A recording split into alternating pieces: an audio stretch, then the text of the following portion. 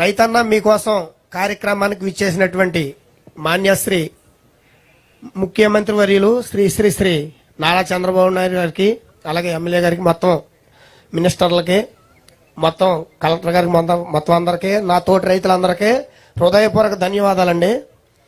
నేను గత 25 సంవత్సరాల నుంచి మా తాతగారు మా నాన్నగారికి ఇచ్చారు, మా నాన్నగారు నాకు ఇచ్చారు. నేను చిన్న సన్నకారు రైతునండి. 2.5 ఎకరాలు, 3 ఎకరాలు కౌలు చేస్తున్నాను సార్. మాది నల్ల రేగడ నేలండి. అది పామాయిల్కి అనువు కానీ నేల అని ప్రతి వాళ్ళు అపోహపడుతున్నారు. నేను కూడా ఉన్నాను అందులో. కాకపోతే ఈ 25 సంవత్సరాల మట్టి మేము బోర్లు వేసి, ఆ బోర్లు పోతుంటే మళ్ళీ ఇంకో బోర్ వేసి వాటర్ ఎక్కువ వాడవలసి వస్తుందండి ప్యాడీకి. దాంతో మేము ఇసుకు చెంది పామాయిల్కి వెళ్ళాలనే నిర్ణయంతో ఉన్నాం. ప్రకృతి వైపరీత్యాల వల్ల మొన్న రీసెంట్గా వచ్చిన మందా తుఫాన్ వల్ల 1 ఎకరం 3 గంటలన్నర కోసామండి. మిషను గంటకు వచ్చి 3,000 రూపాయలండి. 14 నుంచి 15,000 రూపాయలు, 10,000 నుంచి 15,000 రూపాయలు ఓన్లీ మిషన్ వాళ్ళే పట్టుకెళ్ళిపోయారండి. మాకు వచ్చే దాంట్లో 25% నుంచి దగ్గర 30% నా గింజలో కొన్ని పోయినాయండి. మాకు 50% వచ్చింది, అదనపు ఖర్చు అయింది. కానీ ఇప్పుడు మేము పామాయిల్కి ఎందుకు కన్వర్ట్ అవ్వాలనుకుంటున్నామంటే, ఒక గ్రూప్ వేజ్గా 100 ఎకరం ఉందంటే, అంటే పైన నీరు ఉంటే కింద నీరు మామూలుగా మళ్ళీ నల్ల ఎకరానికి వచ్చేస్తుందండి. దానివల్ల ఆ మొక్క ఎర్రబడిపోద్దన్న ఓ అపోహలో మేము ఉన్నాం. గ్రూప్ వేజ్గా మొత్తం అందరం కలిపి 100 ఎకరమో 150 ఎకరమో మొత్తం అందరూ రైతులందరూ యూనిటీగా ఉండి అందరూ ఒకే మొక్కేసి గాడులు కనుక తీస్తే ఈ నీరంతా బయటికి మొక్కల్లో లేకుండా వెళ్ళిపోతే పామాయిల్లో కన్వర్ట్ అయితే మాకు పామాయిల్ ఇప్పుడు ప్యాడీలో మొన్న మాకు 30 బస్తాలు అయిందండి. ఆ 30 బస్తాలు మామూలుగా 1776 రూపాయల రేటుని మనం అమ్మితే 71,000, 60,000 అలా వస్తున్నాయండి. అదే పామాయిల్కి వెళ్తే 10 టన్నులు అయితే 10 టన్నుల్లో 20,000 రూపాయల రేటుని వచ్చినా 2 లక్షల రూపాయలు, అందులో 1,00,000 రూపాయలు పెట్టుబడి పోయినా 1,00,000 రూపాయలు. ఇందాక బాలు గారు చెప్పింది కరెక్టే సార్. పామాయిల్ రేటు తక్కువగా ఉన్నప్పుడు అంత ఆదాయం లేదండి. పామాయిల్ రేటు ఇప్పుడు 19,000 నుంచి 20,000 రూపాయలు ఉందండి. 10 టన్నులు ఖచ్చితంగా రైతుకు పండుతుంది. 1,00,000 రూపాయలు పెట్టుబడి అయినా 1,00,000 రూపాయలు గ్యారంటీగా మిగులుతుందండి. అంటే అందరూ మిగులుతులేదని అన్నారు, 1,00,000 రూపాయలు మిగులుతుంది. అయితే నేను సేంద్రీయ వ్యవసాయం కూడా చేశాను సార్. సేంద్రీయ వ్యవసాయం చేస్తామంటే అంటే నాకు ఉన్న 2 ఎకరాల్లో 1 ఎకరం పియ్యాలు పెట్టానండి. ఎందుకోసం పెట్టానంటే ఇప్పుడున్న ఆరోగ్య పరిస్థితుల్లో ప్రతి వాళ్ళు మామూలుగా షుగర్ పేషెంట్లు, కిడ్నీ పేషెంట్లు వీళ్ళందరూ చాలా మంది ఉన్నారు. నేను కొంత తింటాను. తర్వాత నెక్స్ట్ నా తోటి రైతులు ఎవరన్నా మారేవాళ్ళు మీలాంటి పెద్దలు ఎవరైనా, ఏవో గారు, జేడీ గారు, డి గారు చాలా మంది నా దగ్గర నుంచి పట్టుకెళ్ళారండి.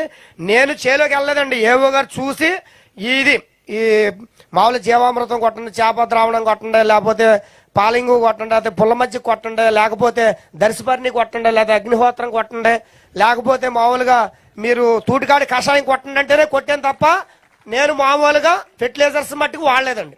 అది కూడా డ్రోన్ ద్వారా కొట్టాను సార్. డ్రోన్ ద్వారాగానే వాడాను సార్. టెక్నాలజీగా వాడేవండి. అంటే అది ఎలాగంటే ప్రకృతి ఇప్పుడు వర్షం ఉందండి, మామూలుగా ఏ నిమిషానికి వచ్చేద్దో తెలియదు. అదే డ్రోన్ అనుకోండి జస్ట్ 5 minutes లో 1 ఎకరం అయిపోతుంది సార్. ఆ ఎకరం వల్ల గమ్ముని ఎదరికి వెళ్తుందండి. ఇప్పుడు మన ఎమ్మెల్యే గారు, ఆరోగ్యం బాగుంది. నా ఆరోగ్యం నెంబర్ 1 అండి. నాకు 50 సంవత్సరాలు సార్. 50 సంవత్సరాలు ఇవాళ కానీ నేను 60 నుంచి 70 కేజీలు గడ్డి ఎత్తానండి. నాకు 3 ఆవులు ఉన్నాయి. ఇంటికాడ డ్రమ్ ఉంటుంది, అందులో మామూలుగా జీవామృతం తయారు చేసుకుంటాను, ఆవు పంచతం పట్టి. అది తయారు చేసి నా ఇంటికాడ ఉన్న కూరగాయల మొక్కలు కూడా పోసుకుంటాను సార్. అంటే నా గురించి, నా ఆరోగ్యం, తర్వాత నాతోటి నా రైతులు ప్లస్ ఎవరైనా నాకు తెలిసిన ఆఫీసర్స్ కానీ పెద్ద పెద్ద వాళ్ళు కానీ అంటే కొంచెం జడుస్తున్నారండి. మేము చెప్పేది నాకు వచ్చేదైతే ఎదరగా పండేదైతే 40 బస్తాలు అయింది అనుకోండి, నాకు 25 బస్తాలు అవుతుంది. కానీ నేను 1776 రూపాయలకి అమ్మనండి. 2500 రూపాయలు నిరిడి కూడా ఉన్నాయండి నా దగ్గర, 3000 రూపాయలు. అలాగైతే నమ్ముతానండి. నాకు ఒక గది ఉంది, ఆ గదిలో వేసేస్తున్నా సార్. వేసేసి అందులోంచి అమ్ముతున్నాను. అయితే నాకు నా ఆరోగ్యం కోసం నేను హ్యాపీగా ఉండాలి, తర్వాత నా తోటి వాళ్ళు హ్యాపీగా ఉండాలి, అలాగే మొత్తం అందరూ హ్యాపీగా ఉండాలన్న ఉద్దేశంతో వేరే వాళ్ళకి క్యాన్సర్ రాకూడదని నా కాన్సెప్ట్. అంటే ఇప్పుడు పంజాబ్ రాష్ట్రంలో మొన్న ఎమ్మెల్యే గారు రీసెంట్ గా చెప్పారండి, పంజాబ్ రాష్ట్రంలో క్యాన్సర్ పేషెంట్లకి ట్రైన్లు వేసారంటండి తీసుకెళ్తాకి. మన రాష్ట్రంలో అది జరగకూడదు. అయితే రాష్ట్రం లెవెల్లోకి నేను వెళ్ళాను సార్. మీలాంటి వాళ్ళు చూడాలి. కనీసం ఊర్లో నా వార్డ్ రేంజ్ లో నేను మీ చూసుకోవాలని, ఊర్లో ఇంటింటికి పోయి నువ్వు నా మాట్లాడు. నా- నా వార్డ్ రేవ్ లో చూసుకోవాలన్న ఉద్దేశంతో నేను అలా చేశాను సార్.